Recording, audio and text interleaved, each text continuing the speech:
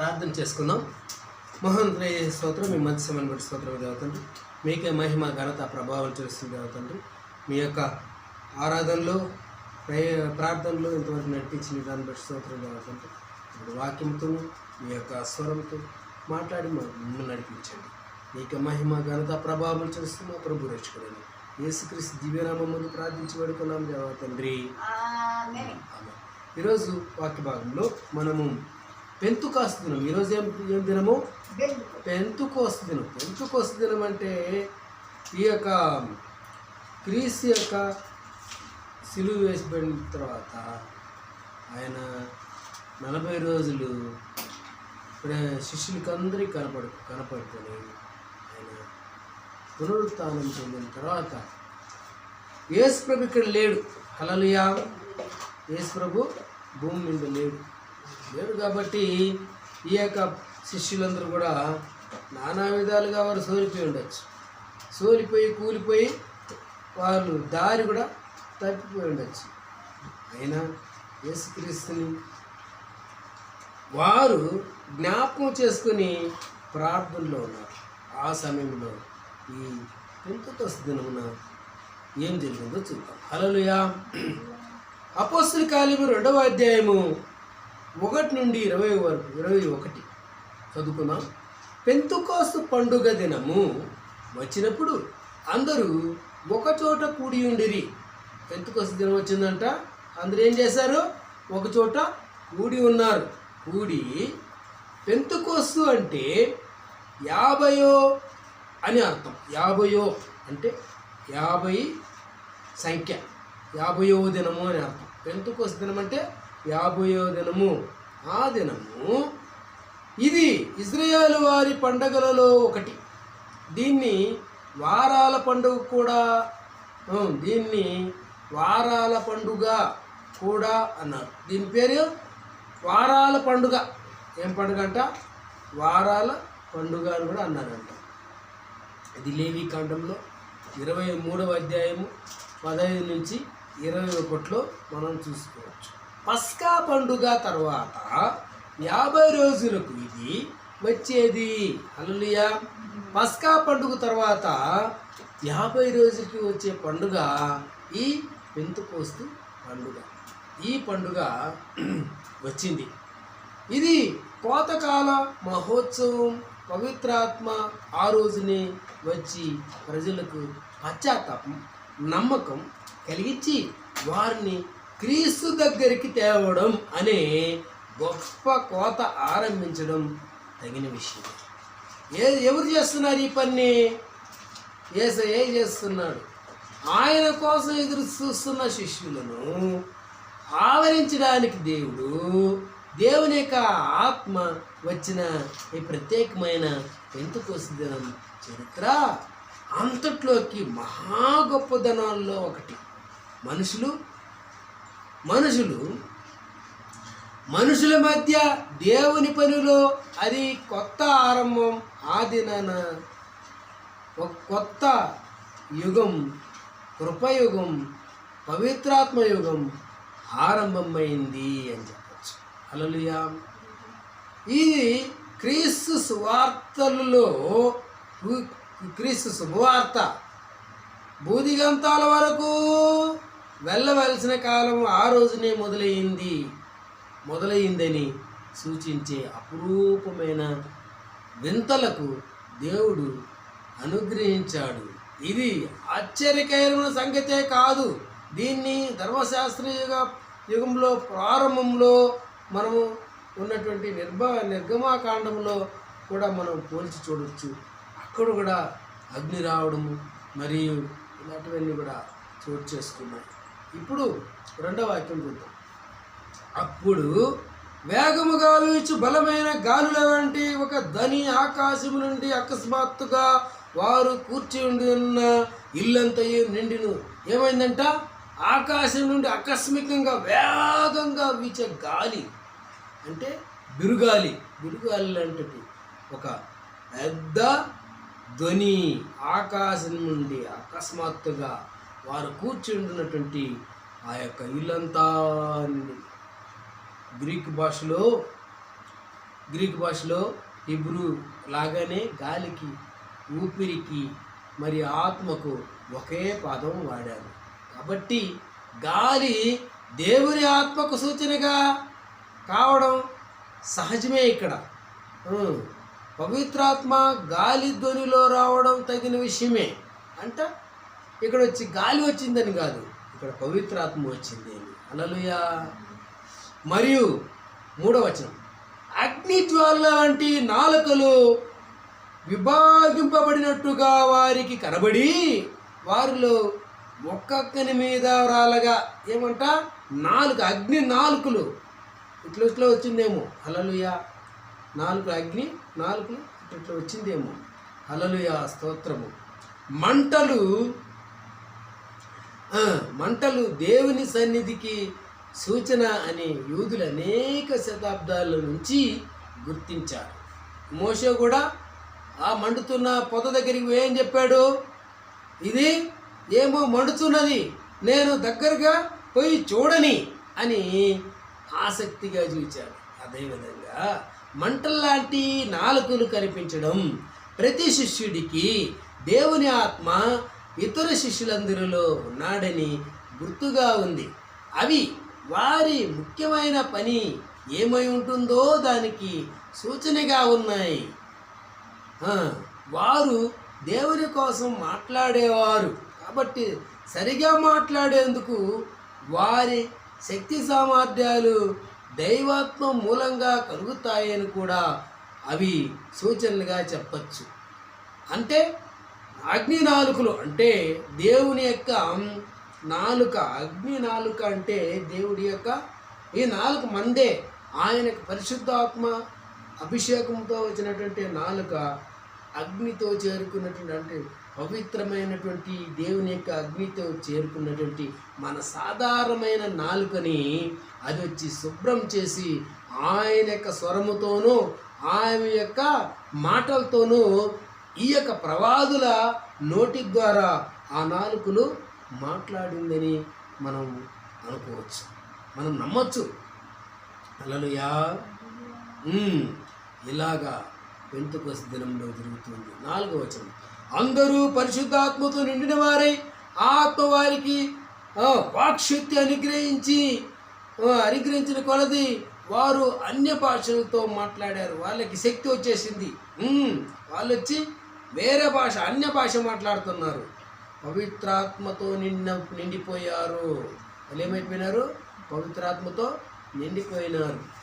దేవుని ఆత్మతో నిండిపోవడం విశ్వాసులు అనుభవించవలసిన ప్రాముఖ్యమైనటువంటి విషయం. మనం ఎట్లా దేవుని యొక్క ఆత్మతో నిండిపోవాలనేది మనము అనుభవించాల్సిన ముఖ్యమైనటువంటి విషయం.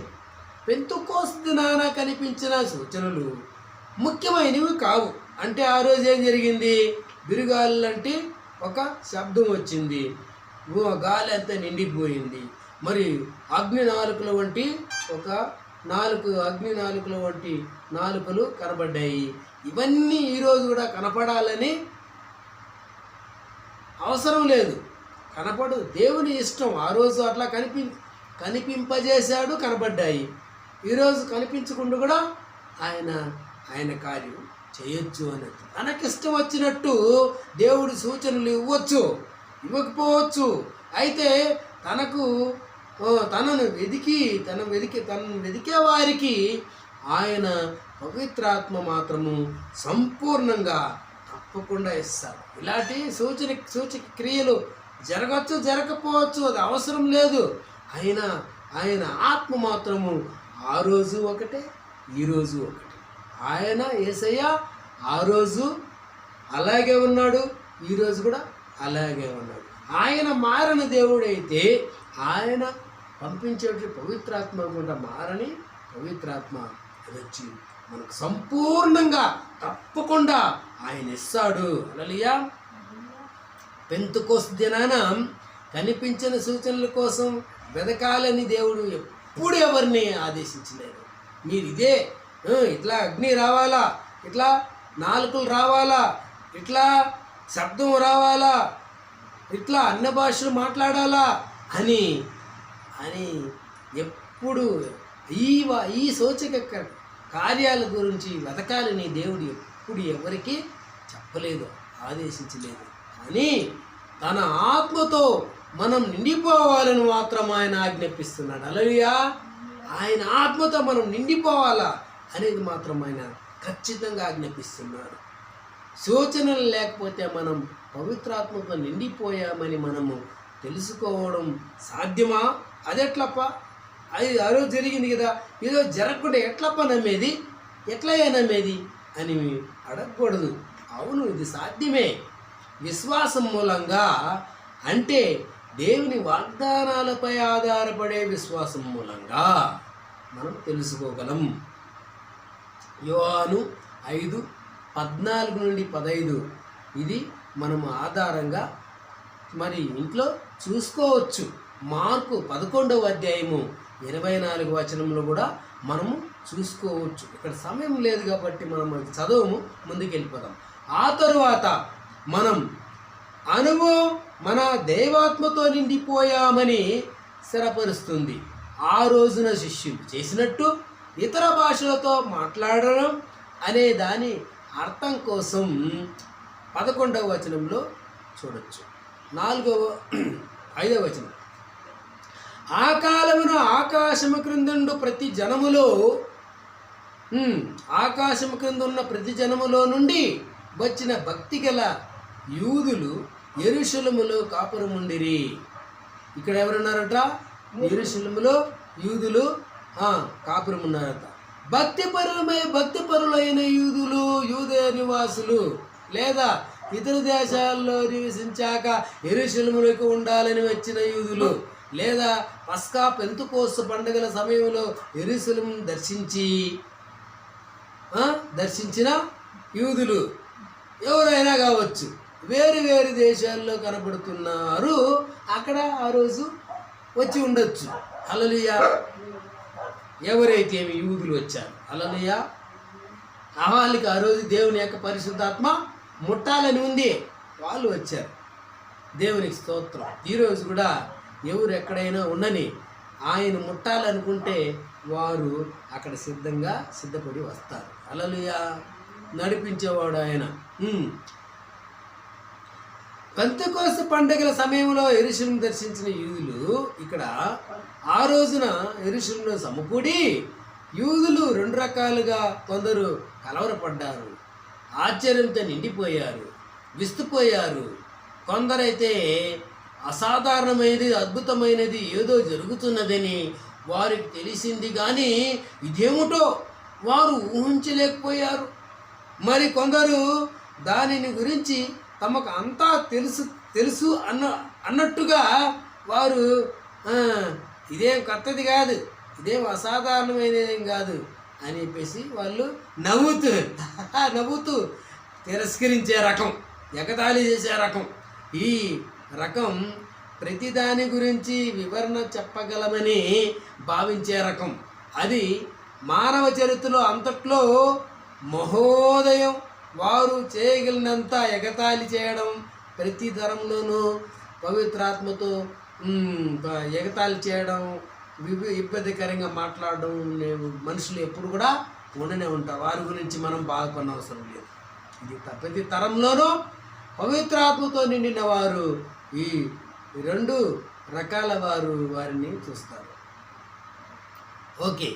6వ వచనం, ఈ శబ్దము కలుగుగా జనులు గుంపులుగా కూడి వచ్చి ప్రతి మనుష్యుడు తన స్వభాషలో వారు మాట్లాడుట విని కలవరపడిరి. వేరే భాషలు మాట్లాడతారు. హల్లెలూయా, హల్లెలూయా. సొంత భాషలతో మాట్లాడడం కలవరపడి అంతటా అందరూ విభ్రాంతి నంది ఆశ్చర్యపడి, ఇదిగో మాట్లాడుతున్న వీరందరూ గలిలీయులు కారా?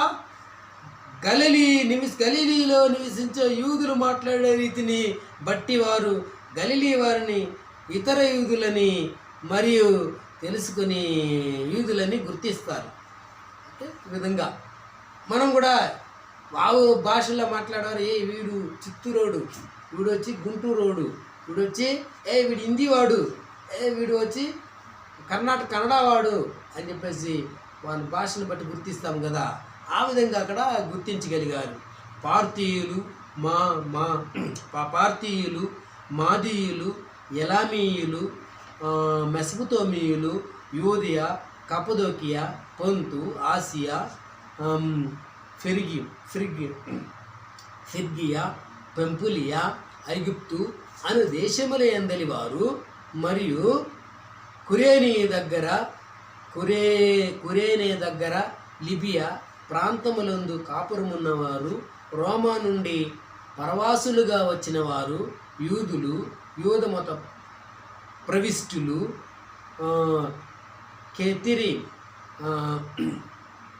క్రేతీయులు, అరబీయులు మొదలైన మనమందరమును వీరు మన భాషల్లో దేవుని గొప్ప కార్యములను వినుచున్నామని చెప్పుకునిరి. మన సొంత భాషలలో ఇది 3 సార్లు చెప్పబడిన మాట. శిష్యులు ఎన్నడూ నేర్చుకొని విదేశీ భాషల్లో మాట్లాడడానికి దేవుడు వారికి తక్షణమే సామర్థ్యం ఇచ్చాడు. వారి మాటలు విన్నవారు వాటిని అర్థం చేసుకోగలిగారు. శిష్యులు వాటిని అర్థం చేసుకోగలిగారో లేదో ఆ సంగతి రాసి లేదు. ఆ భాషలు ఏ జాతికి తెలియని భాషలు కావు. పవిత్రాత్మ బాప్తిస్వం లేక సంపూర్ణతో తప్పక కనబడే సూచన ఇదే. అయితే ఈ మన కాలంలో సంఘ చరిత్ర అంతట్లో ఈ సూచన కనబడడం చాలా అరుదు అని మనం చెప్పాలి. కానీ సూచనల గురించి మరియు భాషల్లో మాట్లాడడం గురించి మరియు దానికోసం మనము పెద్దగా పట్టించుకొని దాన్నే పట్టుకోవడం అనవసరం. హల్లెలూయా. 12వ వచనం, అందరూ విభ్రాంతి నుండి ఎటు తోచక ఇది ఏమగునో అని ఒకరితో ఒకడు చెప్పుకొనిరి. ఏందబ్బా ఇది, ఏమో అయిపోతుంది, నాకు తెలియట్లేదు, ఏమో అవుతా ఉందని మాట్లాడుకున్నారు. 13వ వచనం, కొందరైతే మీరు క్రొత్త మద్యము నుండి ఉన్నారని ఆపహాస్యం చేసిరి. కొంతమంది వీళ్ళు కొత్త రకమైన సారాయి తాగారు, అందుకే వీళ్ళు ఇట్లు చేస్తున్నారు అని అపహాస్యం చేసినారు. కొందరైతే మీరు మద్యం మత్తులో ఉన్న శిష్యులు నిందించడము ఈ విధంగా అర్థవంతమైనదే. మత్తుగా ఉండడం అంటే మద్యం ఆధీనంలో ఉండడం. శిష్యులు పవిత్రాత్మ ఆధీనంలో ఉన్నారు కాబట్టి వారు ప్రవర్తనలు జనసమూహము అసాధారణమైనదిగా భావించినట్టు లేదు. వారు వీళ్ళు విచిత్రంగా ఉన్నారే అని వీళ్ళకేమైనా పిచ్చెక్కిందా, లేకుంటే తేలు గుట్టిందా, లేకుంటే వీరు సారాయి తాగారా అన్నట్టు వారు మామూలుగా గుర్తించలేదు. వాళ్ళు విచిత్రంగా కనబడ్డారు. కొంతమంది అయితే నమ్మిన వాళ్ళు ఏం చేశారు, మామూలు ప్రవర్తనని ప్రజలు అనుకున్న దానికంటే పవిత్రాత్మ సంపూర్ణత దేవుని పిల్లలు ఎంతో ఉన్నతంగా హెచ్చిస్తుంది అని నమ్మారు. హల్లెలూయా. మంచి వాళ్ళైతే అలా అనుకున్నారు. చెడ్డోళ్ళైతే వాడికి తేలి గుట్టింది, వాడు సారాయి తాగినాడు, వాడికి పిచ్చెక్కింది, పిచ్చిపప్పు గరిచింది అని చెప్పేసి ఎగతాళి చేయొచ్చు. అయితే 14వ వచనం, అయితే పేతురు ఆ 11 వారిలో కూడా లేచి నిలిచి బిగ్గరగా వారితో ఇట్లనను, యూదయ మనుషులారా, యెరూషలేములో కాపురమున్న సమస్త జనులారా, ఇది మీకు తెలియనుగాక, చెవి ఎగ్గిన మాటలు వినుడి.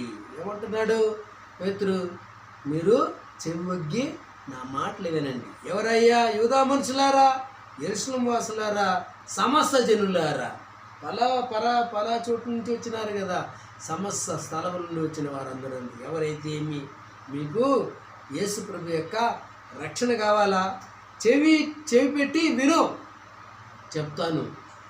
ఇదిగో యేసు ఈ లోకములో ఉన్నప్పటిలాగేనే క్రీస్తు రాయబారుల తరపున పేతురు ఇలా మాట్లాడాడు. కొత్త యుగములోని మొదటి ప్రసంగం ఈ ప్రవచనంతో ఆరంభమవుతున్నది. దీని ముఖ్యాంశాలు పవిత్రాత్మ, యేసుక్రీస్తు మరణం, పునరుజ్జీవనం, ఉన్నత స్థానం పొందడము, అవన్నీ ఉన్నాయి. మీరు ఊహించినట్టు మీరు ఊహించినట్టు వీరందరూ కూడా ఇక్కడ ఉన్న వాళ్ళు మత్తులు కారు. వాళ్ళు ఏం తెలుసా, ప్రొద్దు పొడిచి జామైనూ కాలేదు. ప్రొద్దునే ఇప్పుడే పొద్దు పుట్టింది, జామైనా కాలేదు, అప్పుడే సారేయడం దాక్తారా, ఏం పిచ్చా మీకు అన్నట్టు అక్కడ వాదిస్తున్నాడు. హల్లెలూయా.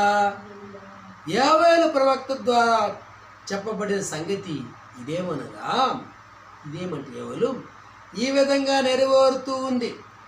అంటే తన ఆత్మను పంపుతానని దేవుడు చేసిన వాగ్దానం పెంతెకొస్తు దినాన నెరవేర్చాడు. హల్లెలూయా. తన ఆత్మను పంపిస్తాననే మాటను పంపించాను అని చెప్పేసి నిరూపించి పెంతెకొస్తు దినమున దేవుడు నెరవేర్చేశాడు. 17వ వచనం. అంత్య దినములందు నేను మనుషులందరి మీద నా ఆత్మను కుమ్మరించెదను, మీ కుమారులను మీ కుమార్తెలను ప్రవచించెదరు, మీ యవ్వనస్తులు దర్శనములను చూతురు, మీ వృద్ధులు కలలు కందురు. హల్లెలూయా. చివరి రోజుల్లో అనే మాటలు యోవేలు గ్రంథములో లేవు. క్రొత్త ఒడంబడిక గ్రంథంలో కొన్నిసార్లు చివరి రోజులంటే క్రీస్తు మొదటి రాకడ నుండి ఆయన రెండో రాకడ వరకు ఉన్న కాలమంతా చివరి రోజులని అర్థం. హల్లెలూయా. ఇప్పుడు మనము చివరి రోజుల్లో ఉన్నాం. ఈరోజు మనము చివరి గడిలో ఉన్నాం, చివరి కాలంలో ఉన్నాం. తన ఆత్మను స్వప్రజలు తన సర్వ ప్రజల మీదుగా కుమ్మరిస్తానని దేవుడు మాట ఇచ్చాడు. పెంతెకొస్తు దినాన జరిగినది కొంతవరకే ఈ మాట నెరవేర్చింది. ఎందుకంటే అప్పుడు యూద మతం ఆరంభించిన వారు మాత్రమే పవిత్రాత్మను పొందారు. ఇంకొంతమంది ఇంకా కొంత నెరవేర్పు రావాలా. అప్పుడు ఈ రోజు వరకు నెరవేరుస్తూనే ఉన్నాడు దేవుడు. హల్లెలూయా. క్రీస్తు సువార్త ప్రకటనలో లోకంలో వ్యాపిస్తూ ఉండగా ఇంకా వేరు వేరు దేశాల వారు దేవుని ఆత్మను పొందారు. ఈ యుగం ముగిసే వరకు ఇలా సాగుతూ ఉంటుంది. కొడుకులు, కూతుళ్ళు, యువకులు, ముసలివారు ఏ భేదం లేకుండా ఆత్మతో నింపబడతారు మరియు దేవుని మూలంగా పలుకుతారు అనే దాని గురించిన వివరాలు మనము దేవుని మూలంగా పలుకుతారు అనే వివరాలు మనము దర్శనాలు కళ్ళ గురించిన వాటిని గురించి అపోస్తల కార్యములు మరియు ఆదికాండము సంఖ్యాకాండములో మనం చూడొచ్చు. హల్లెలూయా. 18 ఆ దినములో దాసుల మీదను దాసురాండ్ర మీదను నా ఆత్మను కుమ్మరించెదను కనుక వారు ప్రవచించెదరు. నా సేవకుల మీద దేవుని ఆత్మను లోకమంతటికీ ఇవ్వడు దేవుడు. ఎవరికి ఇస్తాడు? తనను నమ్మిన అలా తన సేవకులైన వారికి ఇస్తాడు. అంటే మనకు ఇస్తాడు. పైన ఆకాశమందు మహత్కార్యములను, క్రింది భూమి మీద శోచక్రియలను, రక్తమును, అగ్నిని, పొగ, ఆవిరిని కలుగజేసేదను. ఇక్కడ కూడా ఏం చెప్తున్నాడు? ఈ యొక్క శోచక్రియలను చెప్తున్నాడు. 20వ వచనం. ప్రభు ప్రత్యక్షముగు ఆ మహాదినము రాకమునకు సూర్యుడు చీకటిగాను చంద్రుడు రక్తముగాను మారును. ప్రభు వచ్చే ముందు ఏమవుతుందంటే ఆ మహాదినం ముందు సూర్యుడు ఏమంట చీకటిగా అయిపోతాడు, చంద్రుడు అంత రక్తవర్ణములో మారుతాడు. ప్రభుదినం ఇది యుగ సమాప్తంలో ఆరంభమవుతుంది. ఆ కాలంలో క్రీస్తు రెండో రాకడ జరుగుతుంది.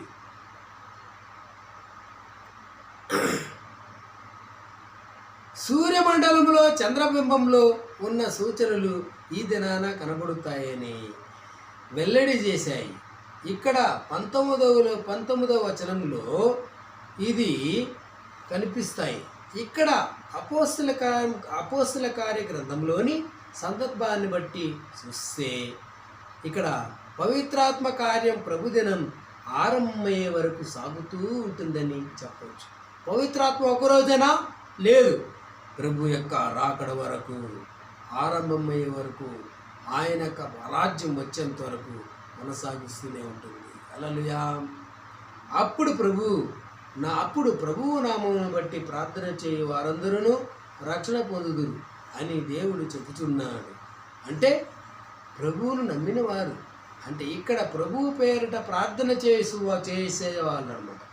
పశ్చాత్తాప విషయంలో ఆయన వైపు తిరిగిన వాళ్ళు, పాపముక్తి రక్షణ ప్రసాదించమని ఆయనను ప్రేరేపడడం.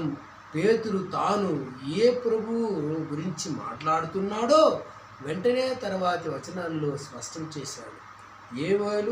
యెహోవా అనే వేరు పేరు, యోవేలులో యెహోవా అనే పేరు ఉంది.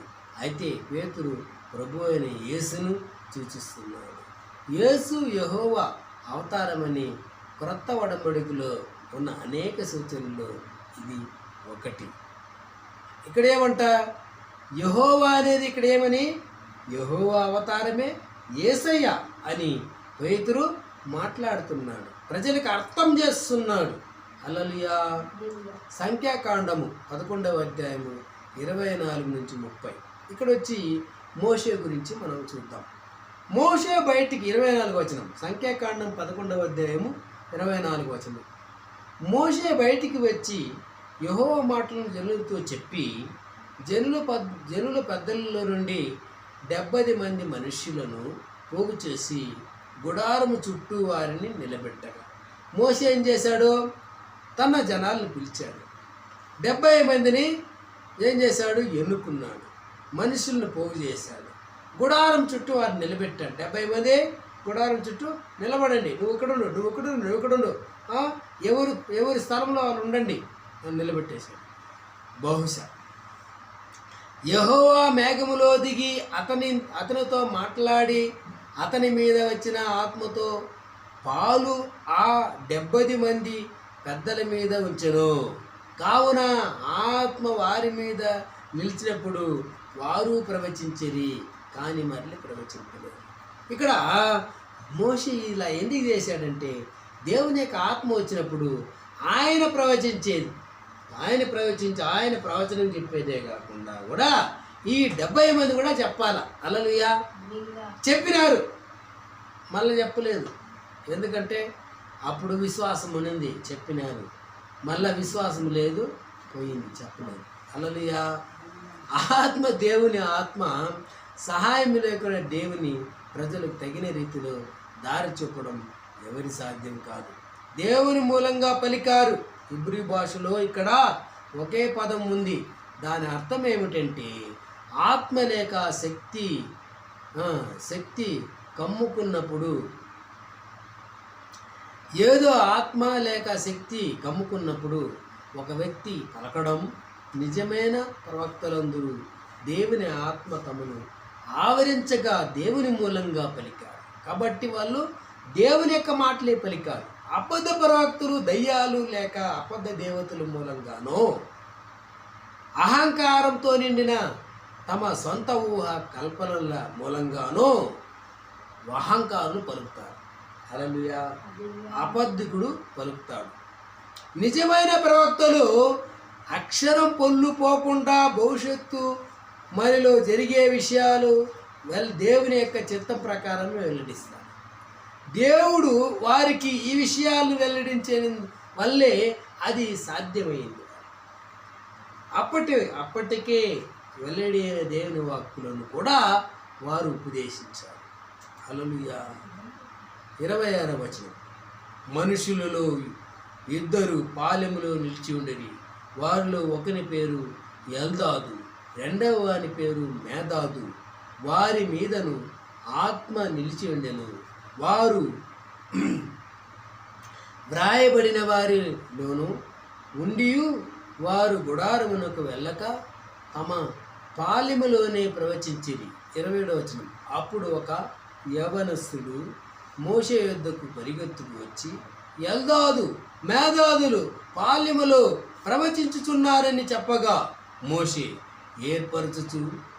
ఏర్పరచు కొనిన వారిలో నూను కుమారుడును మోషేకు పరిచారకుడనై యెహోషువ మోషే నా ప్రభువా వారిని ఉత్తేజింపమని చెప్పాను.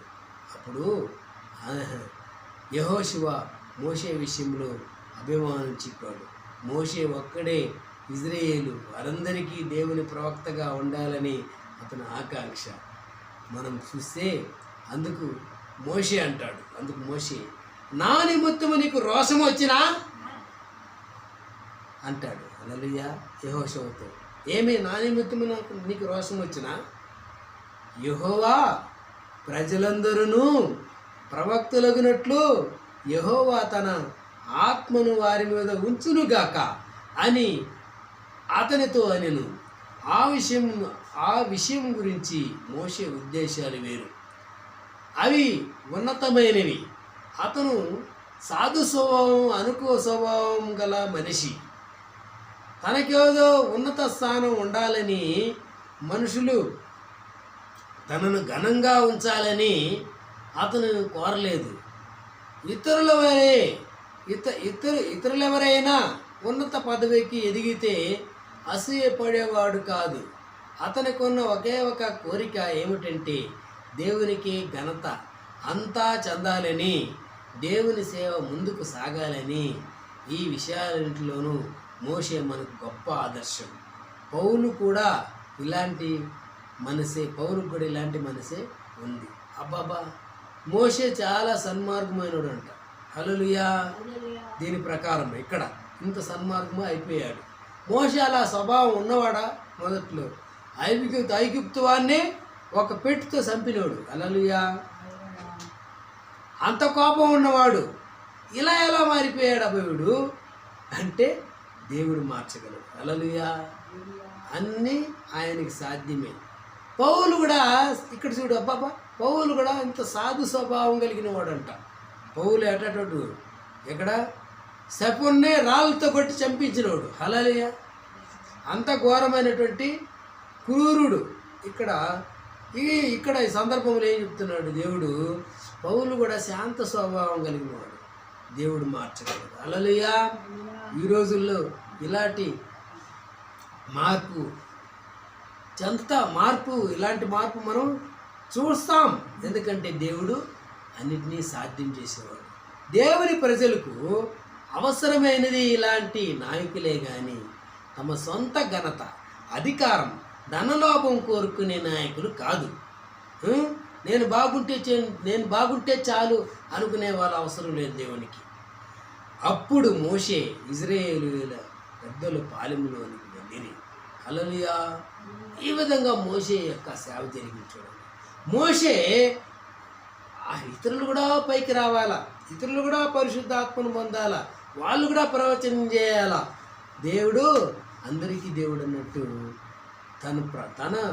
తనకు సపోర్ట్ చేస్తూ మాట్లాడుతున్న యెహోషువనే ఖండించాడు. తప్పు, దేవుడు అందరికీ దేవుడు. నువ్వు నా కోసం రోషం వచ్చిందని నీకు, నాలాగా వాళ్ళు కూడా దేవుని యొక్క బిడ్డలే, సేవకులే అని చెప్పేసి సర్ది చెప్పాడు. హల్లెలూయా. అంత గొప్ప స్వభావం ఎలా వచ్చింది మోషేకి? కోపం, చాలా భయంకరమైన కోపిష్టి కదా మోషే మొదట్లో. కానీ శాంత స్వభావాన్ని కలిగించిన వారు ఎవరు? యేసయ్య. హల్లెలూయా. కీర్తనల గ్రంథము 104, 24 నుంచి 34, 35 ముఖ్యమైన వాటి మనం చూసుకుని వెళ్ళిపోదాం.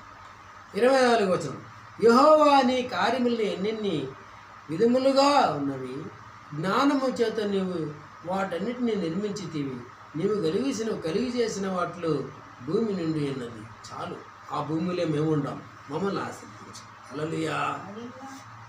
ముందుకెళ్తాం. హల్లెలూయా. భూమిలో ఏమో జంతువులు ఉన్నాయంట, మేఘాలు ఉన్నాయంట, సముద్రం ఉందంట.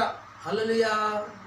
ఆ సముద్రము విశాలంగా ఉంది, దాంట్లో ఓడలు కూడా వెళుతున్నాయి, దాంట్లో అనేకమైనటువంటి తిమింగలాలు కూడా ఉన్నాయి, అవి ఆటలాడుతున్నాయి.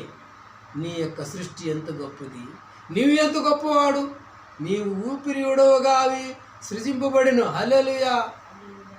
అటు నీవు భూతములను నూతన పరుస్తున్నావు, భూతములను కూడా నువ్వు నూతన పరుస్తున్నావు అంట. హల్లెలూయా. 31 వచనం,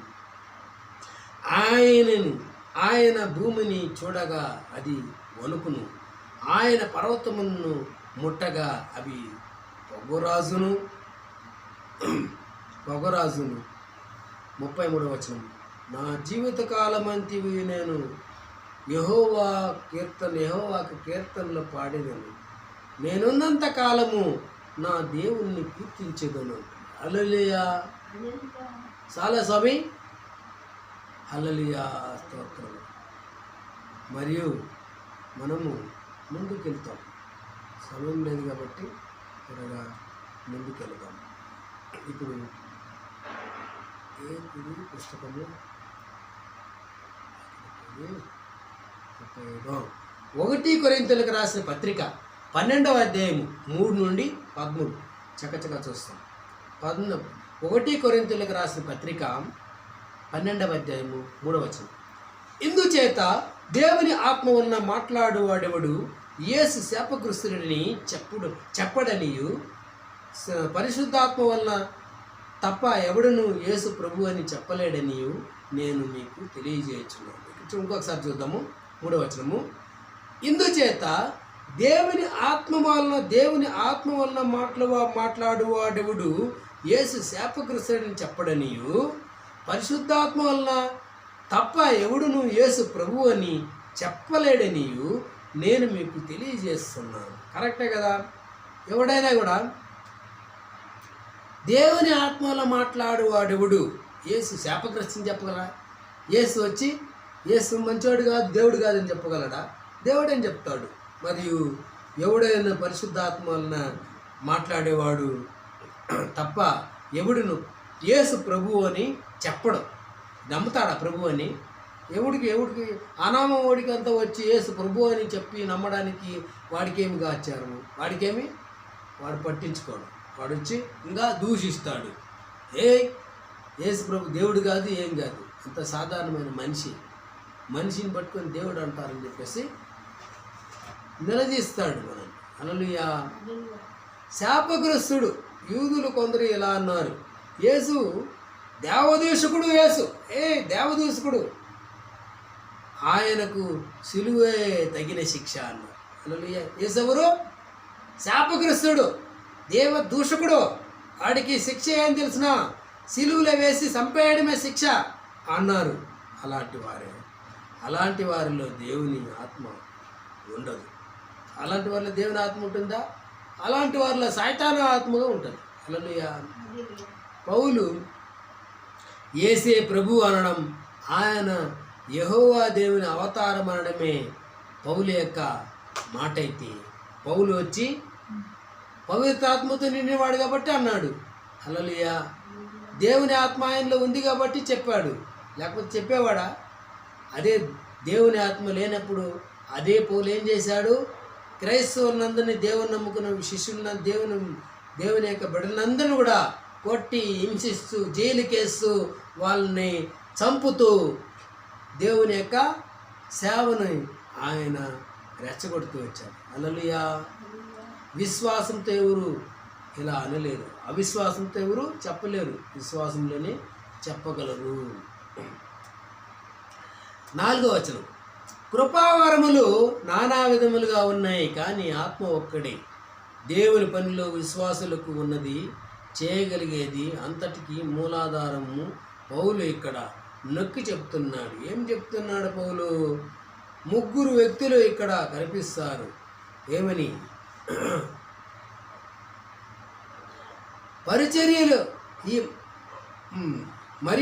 పరిచర్యలు నానా విధములుగా ఉన్నవి కానీ ప్రభు ఒక్కడే. నానా విధములైన కార్యములు కలవు కానీ అందరిలోనూ అన్నిటినీ జరిగించు దేవుడు ఒక్కడే. 7వ వచనం. ఆయనను అందరి ప్రయోజనమును కొరకు ప్రతివాని ఆత్మ ప్రత్యక్షత అనుగ్రహింపబడుతున్నది. అద్భుతాలు చేయడం, దైవ సంబంధం, వేరే భాషల్లో మాట్లాడడం వంటివి మాటలు కాకుండా ఇవి సూచక క్రియలు, ఇవన్నీ కూడా ఉంటాయి. ఉన్నప్పుడు చూడు, లేనప్పుడు ప్రశ్న వేయద్దు. హల్లెలూయా. ఇదే మనం తెలుసుకోవాల్సింది. 8వ వచనం. ఏలయనగా ఒకనికి ఆత్మ మూలముగా బుద్ధి వాక్యమును, మరి ఒకనికి ఆత్మను అనుసరించి జ్ఞానవాక్యమును ఇస్తాడు. హల్లెలూయా. 9వ వచనం, మరి ఒకనికి ఆత్మ వల్లనే విశ్వాసమును, మరి ఒకనికి ఆత్మ వల్లనే స్వస్థపరచు వరమును ఇస్తాడు. 10వ వచనం, ఒకనికి మరి ఒకనికి అద్భుత కార్యములు చేయు శక్తియు, ఒకనికి ప్రవచన వరమును, మరి ఒకనికి ఆత్మ వివేచనమును, మరి ఒకనికి నానావిధ భాషలు మాట్లాడే వరమును, మరి ఒకనికి భాషలకు అర్థం చెప్పు శక్తియు అనుగ్రహింపుడి అన్నది. హల్లెలూయా. ఇవన్నీ మనము ఎవరికి ఇచ్చింది వారు తీసుకొని పోవాలి. ఒకరి గురించి ఒకరు మాట్లాడకూడదు ఎదురు. 11వ వచనం, అయినను వీటన్నిటినీ ఆత్మ ఒకడే తన చిత్తము చొప్పున ప్రతివానికి ప్రత్యేకంగా పంచి ఈచుచు కార్యసిద్ధి కలిగి చేస్తున్నాడు. కాబట్టి ఆయన చేస్తున్నాడు, నువ్వు చేసేది ఏముండదు. హల్లెలూయా. అంత ఆయనే చేస్తున్నాడు. కాబట్టి పెద్ద తలకాయ చెడుకోవద్దు. మరి 12వ వచనం, ఎలాగూ శరీరము ఒక ఏకమై ఉన్నదో, అనేకమైన అవయములు కలిగి ఉన్నదో, ఇలాగే శరీరం యొక్క అవయములు ఉన్నాయో, అనేకములై ఉన్నవో, ఒకే ఒక శరీరమై ఉన్నవో, ఇలాగే క్రీస్తు కూడా ఒకే ఒక శరీరమై ఉన్నాడు. హల్లెలూయా. కాబట్టి 13వ వచనంలో, ఏలైనగా యూదులమైనను గ్రీసు దేశస్థులమైనను దాసులమైనను స్వతంత్రులైనను మనమందరము ఒకే ఒక శరీరములోనికి ఒకే ఒక ఆత్మ యందే బాప్తిసం పొందితిమి. మనమందరము ఒక ఆత్మను పానము చేసిన వారమైతిమి కాబట్టి మనమందరూ ఒకటే, వేరువారు కాదు. ఈ విధంగా వేరువారు స్వభావం ఉంటే నీకు యేసు ప్రభులో ఉండే ఒక భాగ్యం లేదు. యేసు ప్రభులో ఉండాలంటే నువ్వు ఒకే శరీరంగా ఉండాలి, అందరూ ఒకటిగా భావించాలి. హల్లెలూయా. చివరిగా మనము యోహాను సువార్త 20వ అధ్యాయము 19-23 ఇంకొక వచనము చూసుకొని ముగిస్తాం. 19వ వచనం, ఆదివారం సాయంకాలము శిష్యులు ఏం చెప్తున్నారంట? ఆదివారం సాయంకాలం శిష్యులు యూదులకు భయపడి ఏం చేశారు? యూదులకు భయపడి కూడి ఉన్న ఇంటిలో తలుపులు మూసుకొని ఉండగా యేసు వచ్చి మధ్య నిలిచి, మీకు సమాధానం కలుగునుగాక అని చెప్పారు. భయం కారణంగా వాళ్ళు ఎందుకు ఏం చేశారు? తలుపులు వేసేసుకొని దాక్కుండారు. అంతకుముందే యేసుని శత్రువులు సిలువ వేయడం వారు కనులారా చూశారు. యేసు ప్రభు సంగతి ఏమవుతున్నదో వారికి తెలియదు. ఇది వారిలో భయాన్ని తొలగించి వేసి గొప్ప ధైర్యాన్ని ఇచ్చే సంఘటన. అంటే వారిలో పవిత్రాత్మ ఉండడం అన్నది ఇంకా జరగలేదు. హల్లెలూయా. యేసు వచ్చి చనిపోయి లేచిన క్రీస్తు దేహం మూసి శరీరము దేహము అంతా తాళం వేసి మూసి ఉన్న తలుపుల్లో దూరిపోయాడు. హల్లెలూయా. తలుపులు గుండా పోగలడు. మత్తి దేహం ఆ దేహం అంతకుముందున్న దేహమే, చాలా మార్పు చెందిన దేహం. ఇష్టం వచ్చినట్టు ప్రత్యక్షమయ్యాడు యేసయ్య, మాయమయ్యాడు, మళ్ళీ ఇంకొక చెట్టుకు పెట్టాడు, ఆడ కనబడ్డాడు, టక్కని మాయమవుతున్నాడు, టక్కని వెళ్ళిపోతున్నాడు, టక్కని ప్రత్యక్షమవుతున్నాడు. ఇదేంది? ఇది విచిత్రంగా ఉంది అనుకోవచ్చు. ఇది వచ్చి దేవుని యొక్క నూతన శరీరము, హల్లెలూయా, నూతన సృష్టి, హల్లెలూయా, పునరుత్థానం చెందినటువంటి ఒక కొత్త శరీరము, కొత్త ఆత్మ. కాబట్టి మనకు కూడా కొత్త శరీరం, కొత్త ఆత్మ దేవుడు ఇస్తాడు. విశ్వాసం ఇస్తే. విశ్వాసం లేదంటే ఏం చేస్తాము? కొత్త ఆత్మ రాదు, శరీరం రాదు. ఆరిన అగ్ని మరి ఏమంటారు? ఆరిన అగ్ని పురుగు కాటు తొలగిన పురుగు కాటు. హల్లెలూయా. అలా తోటికెళ్ళిపోతుంది. చూడండి, శాంతి ఆయన లోకానికి రావడంలో ఉద్దేశాన్ని అనుగుణమైన పదం. ఇలాంటి శాంతి పదాలను మనము మనంతట మనమే తెలుసుకుంటున్నాం. ఆయన శాంతి అనే దాన్ని పదాన్ని ఆయన మీకు సమాధానము కలుగునుగాక, మీ శాంతి సమాధానము కలుగునుగాక అని పలికాడు. హల్లెలూయా. ఆయన ఎలాగ చెప్పి వారికి తన చేతులు పక్కన చూపగా శిష్యులు ప్రభువుని చూచి సంతోషించింది.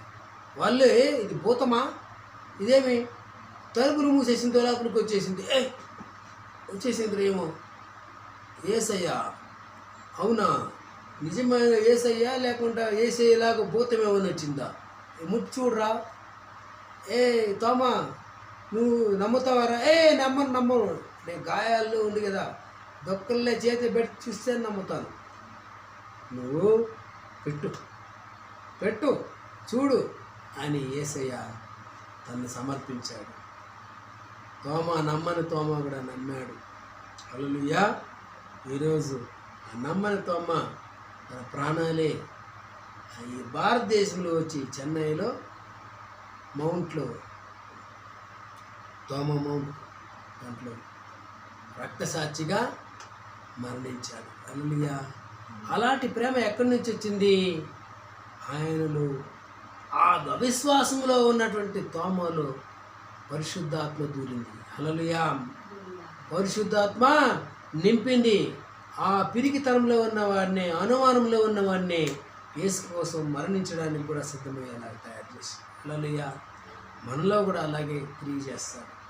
21వ వచనం, అప్పుడు యేసు మరలా మీకు సమాధానం కలుగునుగాక, తండ్రి నన్ను పంపిన ప్రకారము నేనును మిమ్మల్ని పంపుచున్నానని వారితో చెప్పాను. పంపుచున్నాను చూడండి, ఆయన తాను తండ్రికి ప్రతినిధిగా వచ్చినట్టే తన శిష్యులను తనకు ప్రతినిధులుగా ఆధారమిచ్చి పంపుతున్నాడు. ఆయన ప్రకటించిన శుభవార్తనే వారు తీసుకెళ్తున్నారు. ఆయనలాగే వారు దేవుని ఆత్మతో వెళ్తారు. హల్లెలూయా. వాళ్ళని ఊరికే పంపకుండా ఆయన పరిశుద్ధాత్మను వాళ్ళని నింపి పంపుతున్నాడు. హల్లెలూయా. భయపడొద్దు, ధైర్యంగా ఉండు అని ఆయన ఈ మాట చెప్పి వారి మీద ఊది పరిశుద్ధాత్మను పొందిడి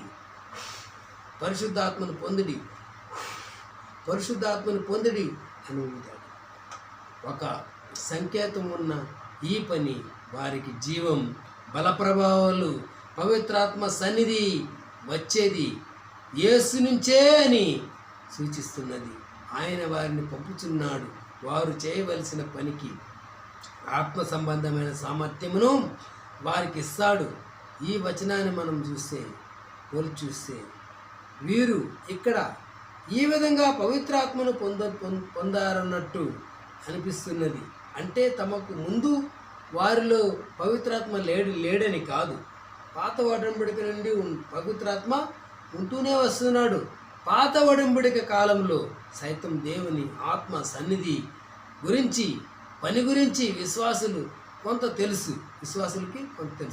అయితే ఇప్పుడు యేసు ప్రభు ఒక క్రొత్త రీతిలో దేవుని యొక్క ఆత్మను వారికి ఇస్తున్నాడు.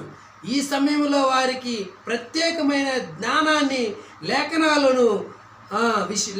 విషయంలో గ్రహింపును ఇచ్చాడని మనం అనుకోవచ్చు.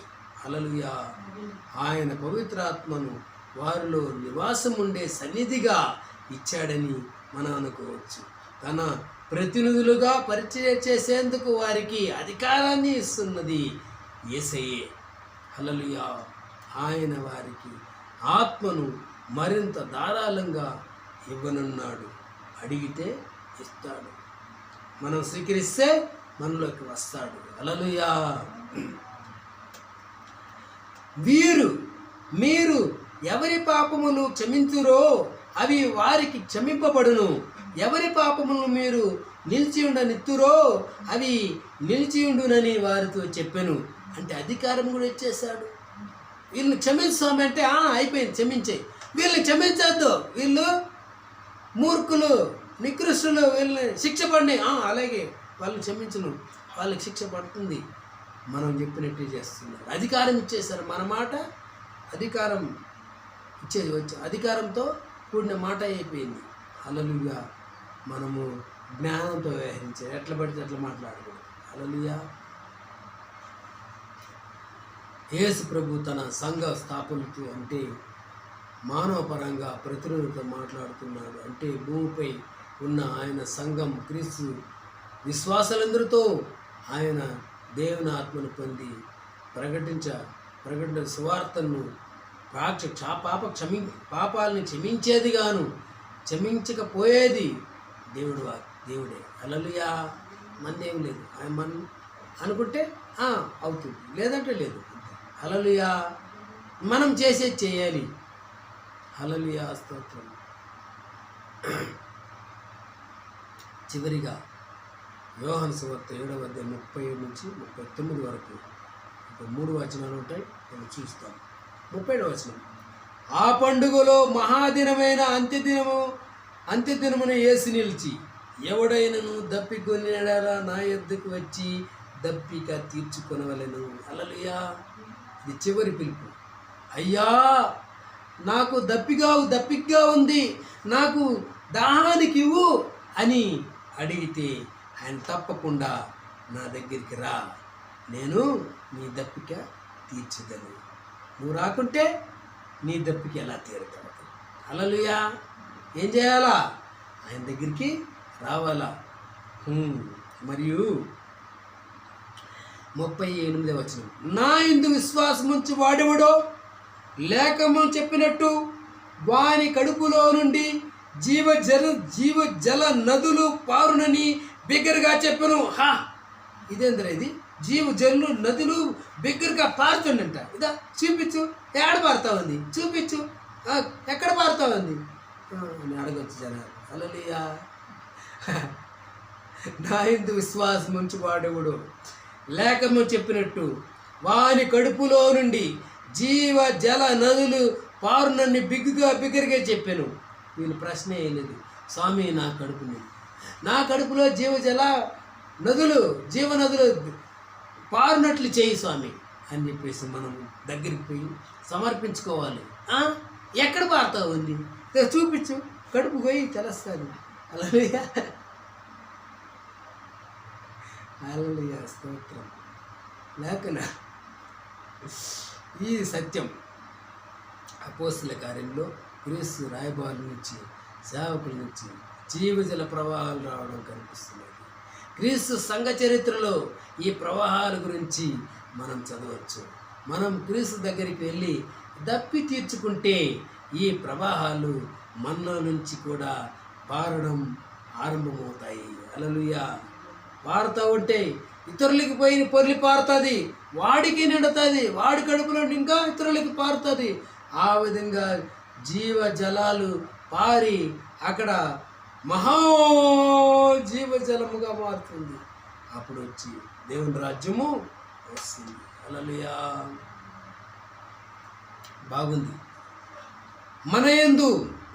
తన యందు విశ్వాసముంచువారు 39వ వచనం.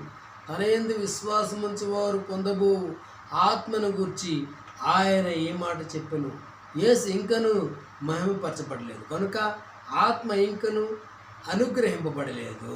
హల్లెలూయా.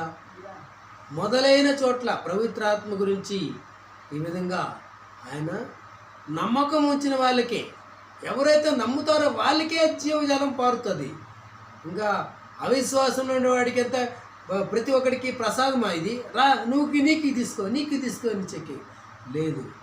ఎవరికి ఇవ్వాలో ఆయనకి ఇస్తారు, వాళ్ళకే ఇస్తారు. క్రీస్తు మరణం, పునరుజ్జీవనం, ఆరోహణం తర్వాత తండ్రి కుమారుడు కలిసి ఆయన సంపూర్ణతో ఈ లోకానికి పంపించారు. హల్లెలూయా. క్రీస్తు పరలోకానికి వెళ్ళిపోయిన తర్వాత ఉన్న ఈ యుగానికి మనం పవిత్రాత్మ యుగం అని పేరు పెట్టవచ్చు. మహిమాస్థితి, మహిమ అని తర్జుమా చేసిన గ్రీకు పదం ఈ శుభవార్తలో 23 సార్లు వస్తుంది. యోహాను ఒడంబడికలో గ్రంథంలో ఈ 23 సార్లు వచ్చి మళ్ళా కనపడదు. ఇది యేసు ప్రభు తండ్రి అయిన దేవుడికి మాత్రమే వర్తిస్తున్నది. యేసు తన మరణం పునరుజ్జీవనం జరిగిన తర్వాత పవిత్రాత్మను పంపాడు. కల్వరిలో జరిగిన కార్యం లేకపోతే పెంతెకోస్తు సంఘటన ఉండేది కాదు. దేవుని ఆత్మ యొక్క జీవప్రదమైన ప్రవాహాలు పారగలిగేది సిలువ మూలంగానే. హల్లెలూయా. సిలువ మూలంగానే జీవజలాలు పారింది. హల్లెలూయా.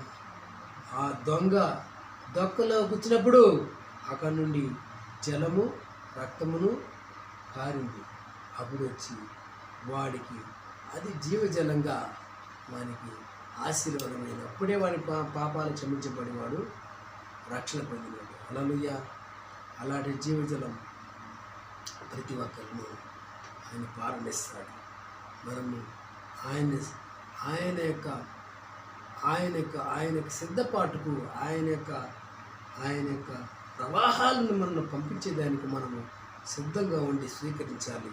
ఆ జీవజలాన్ని పారుతూనే ఉంటుంది. లేచిన పడదాం. హల్లెలూయా. స్తోత్రం. ప్రార్థించుకుంది. మహోన్నతుడైన యేసయ్య స్తోత్రం. ఈ మంచి సమయం బట్టి స్తోత్రం జరుగుతుంది. ఇంతవరకు మీరు వాక్య భాగం నడిపించే విధానం బట్టి స్తోత్రం జరుగుతుంది. నాలుకలు లాంటి అగ్ని నాలుకలు లాంటి నాలుకలతో మరియు అన్య భాషలతో మరియు మీ యొక్క సూచక్రియలతో ఆ రోజు చేసినటువంటి ఆ యొక్క పవిత్రాత్మ యొక్క అభిషేకంతో మేము ఈరోజు నడిపించబడుతున్నాము. హల్లెలూయా. స్తోత్రం. అదే ఆత్మ ఈరోజు మా జీవజలవల్లే పారి నిమిత్తం మాకు సహాయం చేయండి. మీకే మహిమ ఘనత ప్రభావం చూసి మీ యొక్క అపారమైన కృప మమ్మల్ని ఆవరించండి స్వామి. మీ పవిత్రాత్మ యొక్క నడుపుదలతో మమ్మల్ని విడువక నడిపించిన స్వామి. యేసయ్య స్తోత్రం. మీకే మహిమ ఘనత ప్రభావం చూసి మా ప్రభువు రక్షకుని యేసుక్రీస్తును ప్రార్థించి పడుకున్నాము. దేవత నా ప్రాణమై యెహోవాను సన్నిధించు, నా అంతరంగ సమస్తమా ఆయన పరిశుద్ధ నామమును సన్నిధించు. నా ప్రాణమై యెహోవాను సన్నిధించు, ఆయన చేసిన మేలంతేని మరొక తండ్రి యొక్క ప్రేమయు, కుమారుని యొక్క కృపయు, పరిశుద్ధాత్మని యొక్క అన్యోన్య సహవాసము ఇప్పటికీ ఎప్పటికీ సదాకాలం పరిశుద్ధులందరితో నిలిచి ఉన్నారు. ఆమేన్. వందనాలు.